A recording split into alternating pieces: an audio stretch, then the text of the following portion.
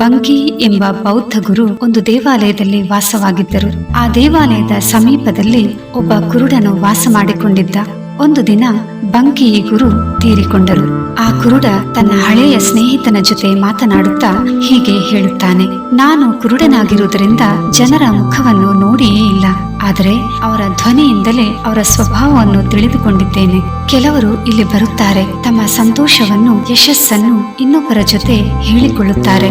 ಅದನ್ನು ಕೇಳಿಸಿಕೊಳ್ಳುತ್ತಿರುವ ಇನ್ನೊಬ್ಬ ವ್ಯಕ್ತಿ ಅವರನ್ನು ಅಭಿನಂದಿಸುತ್ತಾನೆ. ಅಭಿನಂದಿಸುವಾಗ ಅವನ ಧ್ವನಿಯಲ್ಲಿ ಗುಪ್ತವಾದ ಒಂದು ಅಸೂಯೆಯ ಸ್ವರ ಬೆರೆತಿರುತ್ತದೆ.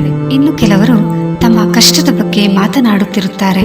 ಅವರ ಕಷ್ಟವನ್ನು ಕೇಳಿಸಿಕೊಳ್ಳುತ್ತಿರುವವರು ಅಯ್ಯೋ ಹೀಗಾಗಬಾರದಿತ್ತು ಎಂದು ಸಹಾನುಭೂತಿಯನ್ನು ವ್ಯಕ್ತಪಡಿಸುತ್ತಾರೆ.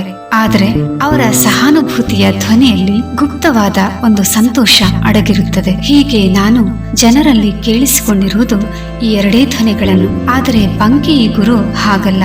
ಆತ ಸಂತೋಷವನ್ನು ವ್ಯಕ್ತಪಡಿಸುವಾಗ ಧ್ವನಿಯಲ್ಲಿ ಸಂತೋಷವಲ್ಲದೆ ಬೇರೇನೂ ಇರುತ್ತಿರಲಿಲ್ಲ.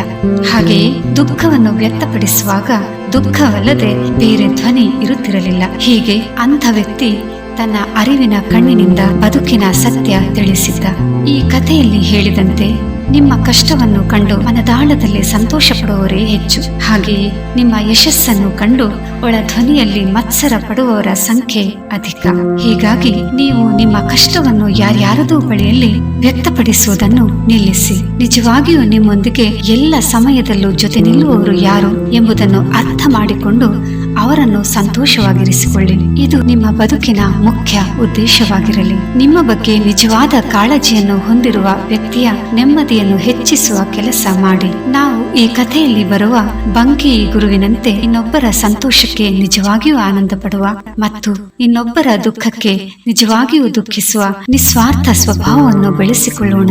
ಸ್ನೇಹಿತರೆ, ನಿಮ್ಮನ್ನು ನಂಬಿದವರಿಗೆ ಸಹಜವಾಗಿ ಸ್ಪಂದಿಸಿ. ಹಾಗೆಯೇ ಹಲವು ಮುಖವಾಡಗಳ ಮಧ್ಯೆ ನಿಮ್ಮವರು ಯಾರು ಎಂದು ಅರಿತು ಜೀವಿಸಿ. ಎಲ್ಲರಿಗೂ ಶುಭವಾಗಲಿ. ಈ ವಿಡಿಯೋ ನಿಮಗೆ ಇಷ್ಟವಾಗಿದ್ದರೆ ದಯವಿಟ್ಟು ಲೈಕ್ ಮಾಡಿ, ಚಾನೆಲ್ನ ಸಬ್ಸ್ಕ್ರೈಬ್ ಮಾಡಿ. ಧನ್ಯವಾದಗಳು.